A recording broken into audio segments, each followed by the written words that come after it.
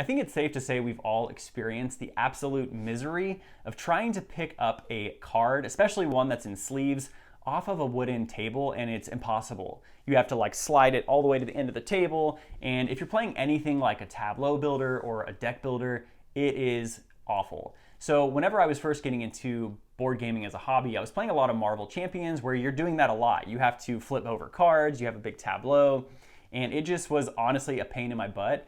So I immediately went online and looked for a solution to this, and the first thing I found was a table mat. Now, the one I have here is a neoprene poker mat I got off Amazon. Only cost around $40, and it makes my life so much easier when I'm gaming, because as soon as I have friends over and we want to play a board game, I can roll it out, put all the components on the table, and we're good to go. And as soon as we're done, I can roll it back up and use my table like normal to have dinner with my friends or whatever. So this is honestly like the best accessory in my opinion. And if you have a wooden table like me and you don't have one of these, I do recommend it because it is honestly a game changer. Another accessory I pretty much have to have are token trays. So when I first got into the hobby, I was playing a lot of Terraforming Mars. If you played that game, you know just how many cubes there are. And I knew I needed some way to store these more efficiently, especially on the table.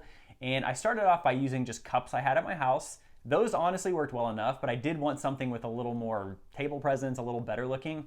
So I upgraded to Dollar Tree plastic storage containers. Those honestly worked okay, but the main issue I ran into with those was that certain components, whenever I would put them in there, they would orient themselves kind of weirdly to where it was difficult to get out. So on my Christmas wish list this past year, I did put a new set on there, and fortunately I was gifted these really cool token trays from Think Inside the Box on Etsy. Now the reason I like these are for a few reasons. A, the colorway is really cool. They have a lot of different color options.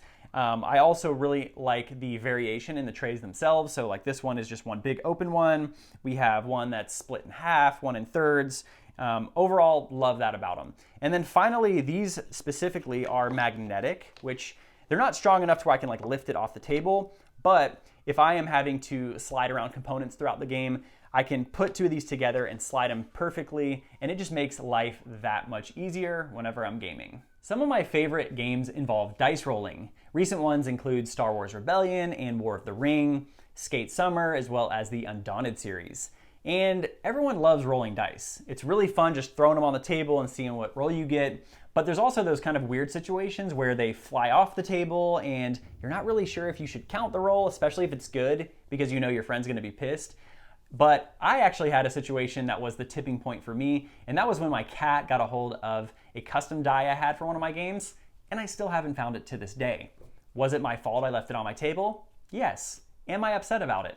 Absolutely. Now the solution to this was dice trays. So I started off by getting these little guys from Amazon, super affordable. I think it was $10 for a set of two, and they were okay, but honestly they were just way too small because every time I'd roll dice, I would still have them flying all over the place.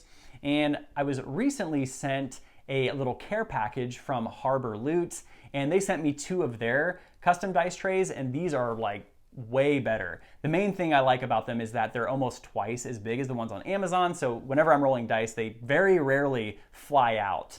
I also really like the table presence. Now, it's probably a coincidence, but I'm playing a lot of Star Wars Rebellion with a friend of mine, and these match perfectly. There's red for the Rebellion and then blue for the Empire. But yeah, having these for me personally is game changing whenever I'm playing a dice chucker, and I think everyone should have a set of these in their collection. A lot of my board game sessions are either at a friend's house or a local game store, and until recently, I would just carry a huge stack of games around with me, trying not to drop them, which I have done before in the past, and it really, really sucks. But I decided to get something pretty revolutionary, and that was a bag. Now I got the Geek On Ultimate board game backpack for my birthday, and as a 33-year-old man, I have absolutely zero shame lugging this thing around looking like a third grader on his first day at school. Sadly, this bag in particular is no longer being made. I did confirm with the company. You might be able to find their products somewhere on Amazon potentially, or maybe Facebook Marketplace, but this could realistically be any bag to carry your games in.